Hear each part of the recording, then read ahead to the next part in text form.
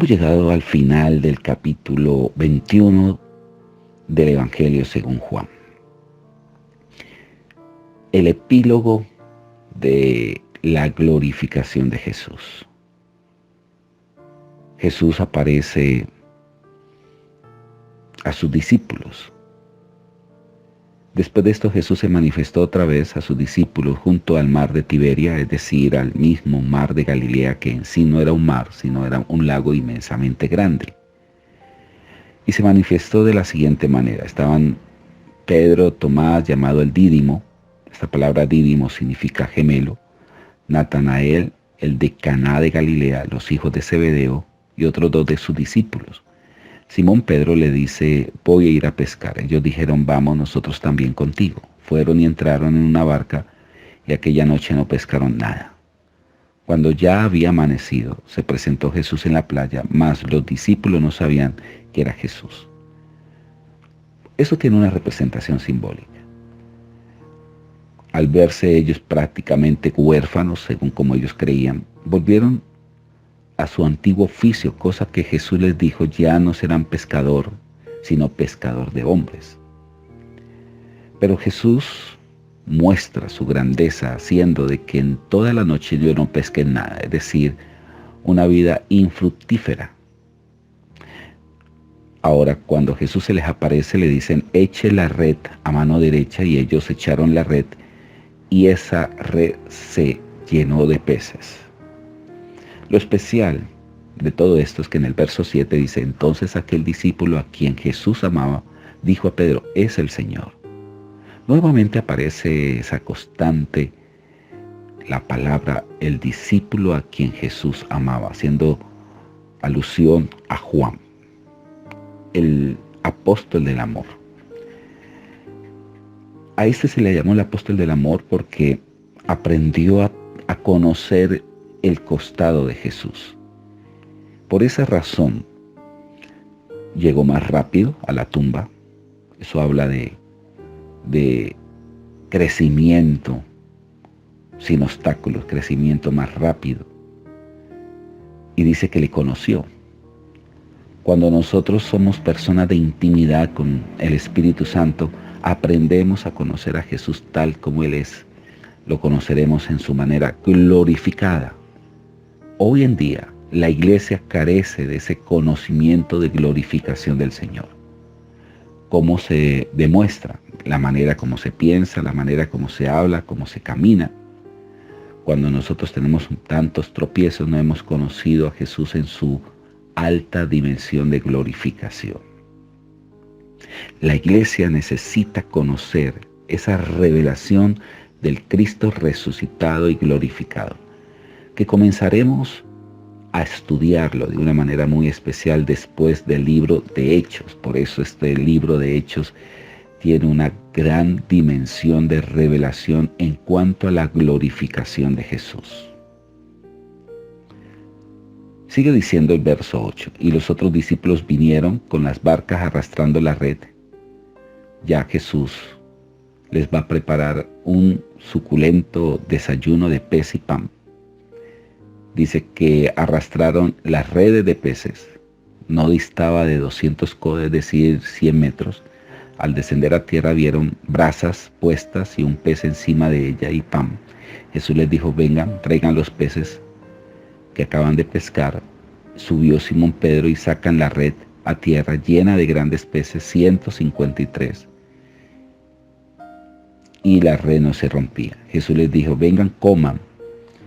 Y ninguno de los discípulos se atrevían a preguntarle: ¿tú quién eres?, sabiendo que era el Señor. Vino pues Jesús y tomó el pan y les dio, y asimismo del pescado. Esta ya era la tercera vez que Jesús se les manifestaba a sus discípulos. La pregunta es: ¿por qué si se había presentado otras 3 veces atrás no le conocían? Es que ese velo siempre está puesto en nuestra vida y solamente el Espíritu Santo es el único que puede quitar ese velo. Es allí donde usted va a ver un Pedro ya en el libro de los Hechos, hablando diferente, teniendo esa elocuencia y sobre todo ese poder para hablar. Jesús va a hablar con Pedro y le pregunta: Simón Pedro, hijo de Jonás, ¿me amas más que estos? Aquí la palabra amas es la palabra agapeo, ágape. Pero la manera como Pedro le responde es la siguiente manera: sí, Señor, tú sabes, aquí dice que te amo, pero en el griego es fileo, tú sabes que te quiero. Jesús le dice: apacienta mis corderos. Volvió a decirle por segunda vez: Simón, hijo de Jonás, agapeo. Pedro le responde: sí, Señor, tú sabes que fileo. Y le dijo: pastorea mis ovejas. Le dijo la tercera vez: Simón, hijo de Jonás, agapeo. Pedro se entristece y le dice por tercera vez. Él se entristece porque continuamente le estaba diciendo: ¿me amas? Y él le responde: Señor, tú lo sabes todo, tú sabes que agapeo. ¿Qué diferencia hay entre fileo y agapeo? Fileo es un amor condicional, un amor transitorio. Agapeo es un amor incondicional y es el amor que nosotros tenemos que aprender a llegar a tener para con Jesús y para con las personas, para con el prójimo. Y es allí donde Jesús le dice: apacienta mis ovejas.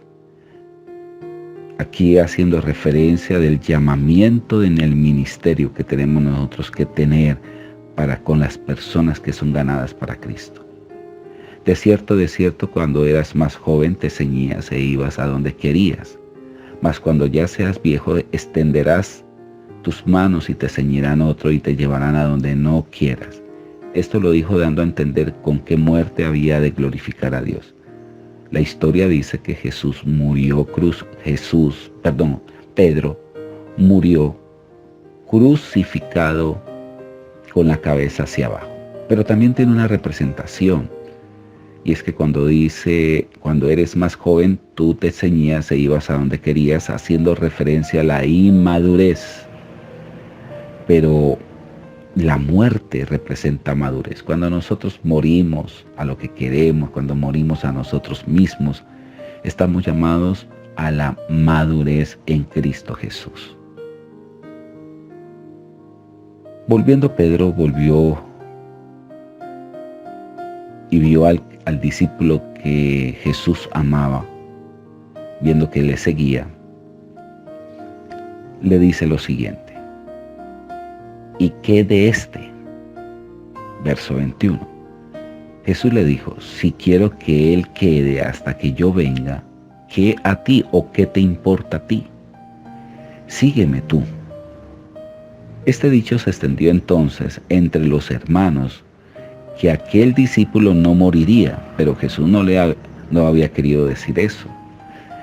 Si quiero que él quede hasta que yo venga, ¿qué a ti? Este es el discípulo que da testimonio de estas cosas y escribió estas cosas, y sabemos que su testimonio es realmente verdadero. Y hay también mucho más cosas que hizo Jesús, las cuales, si se escribieran una por una, pienso que ni aún en el mundo cabrían los libros que se habrían de escribir. Amén. Que tengan todos un excelente día. Y mañana comenzaremos con un especial libro llamado Hechos de los Apóstoles. Bendiciones.